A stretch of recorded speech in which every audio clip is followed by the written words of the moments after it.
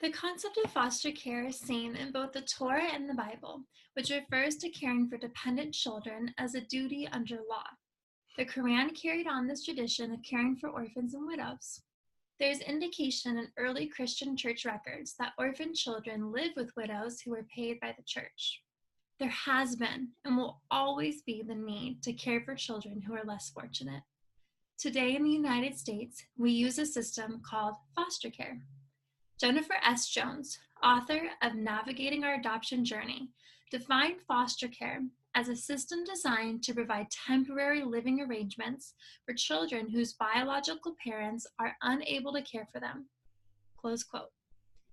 Some of these living arrangements may lead to permanent placements, and some may lead to the reunification of the child with their biological family. As a former foster youth, I am actively interested in foster care, and I actually have plans to adopt a child in the near future. This is something I care deeply about. Today, I will tell you about the history of foster care in the United States and how it has progressed through the years. I will then discuss the changes in foster care through time, beginning with early orphanages in the 1800s, progressing to foster parents and social agencies in the 1900s, and then finishing with the current system in place today. Let's start by focusing on the origin of foster care. What system did our country have in place before the current one was developed? In 1562, English poor law was adopted in the States, and children were placed into homes as indentured servants until adulthood. The first instance of this form of foster servitude can be traced to a 7-year-old boy named Benjamin Eaton, who lived in the nation's first colony of Jamestown. It is important to note that these placements were made because the parents or guardians of these children were deceased. They were not due to child abuse, since that was socially accepted and legal. English poor law kept children from almshouses, also known as poorhouses, where they would not learn a trade and were exposed to unsavory adults and horrendous surroundings. However, this practice also permitted exploitation and child abuse. The regulation of children, especially those without parents, seems non-existent in early America. At that point in our nation's history, it was clear that more guidelines and laws were needed to ensure better protection and care of children. An improvement in quality of care and placement isn't seen until the 1800s, and not until after the exposure of truly terrible circumstances. In 1807, an 8-year-old orphan named Mary Ellen Wilson received daily whippings and beatings at her foster home.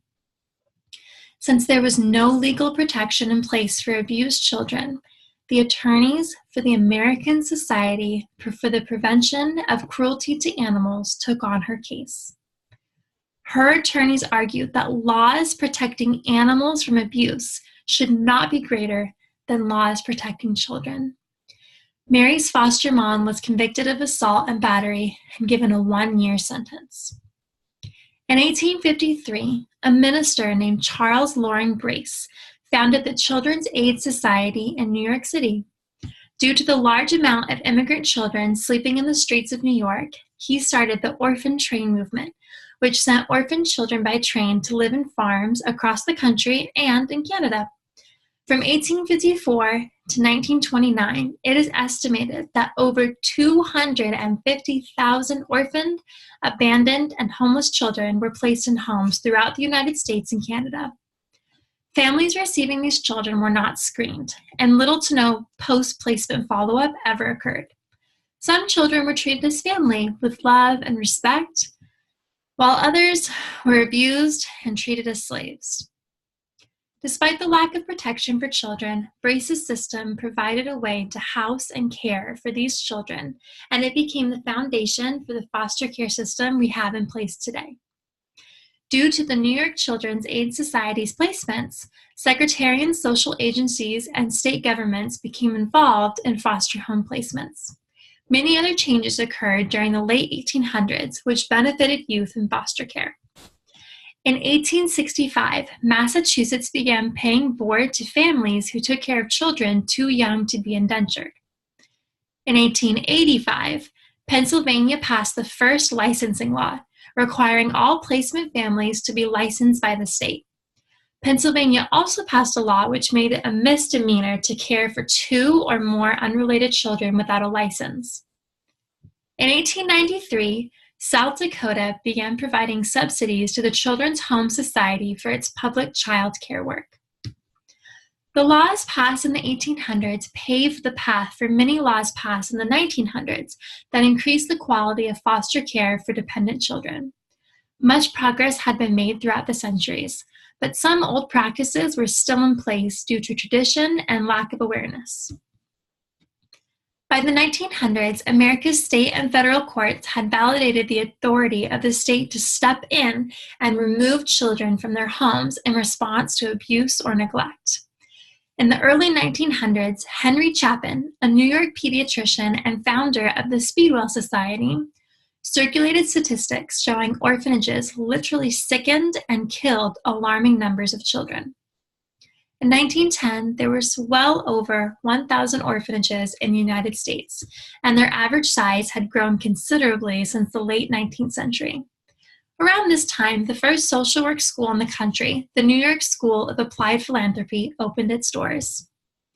In 1912, the U.S. Children's Bureau, the first department of the federal government devoted to the welfare of children, was created as the key federal entity in overseeing the administration of federal child welfare funds and issuing policies.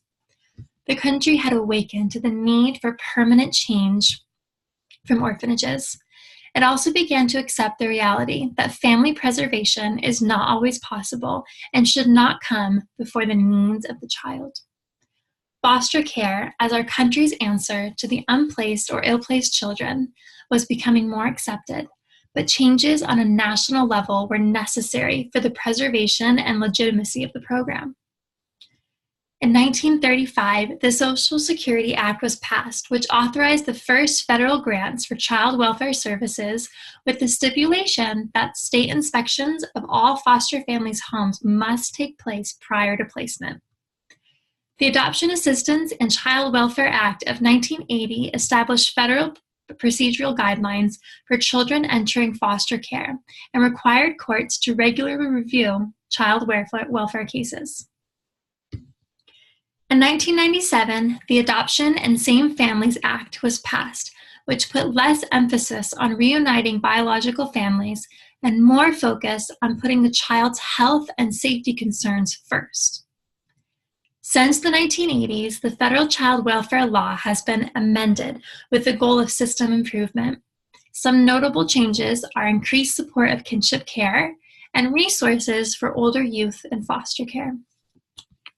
The changes made in the 1900s shaped the foster care system into what we see today. Now, foster care is well-defined and has more support, regulation, and awareness than ever before.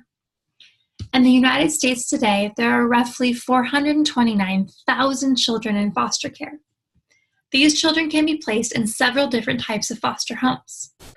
The single foster family is one or more parents who cares for up to 6 foster children in their home with their own biological or adopted children.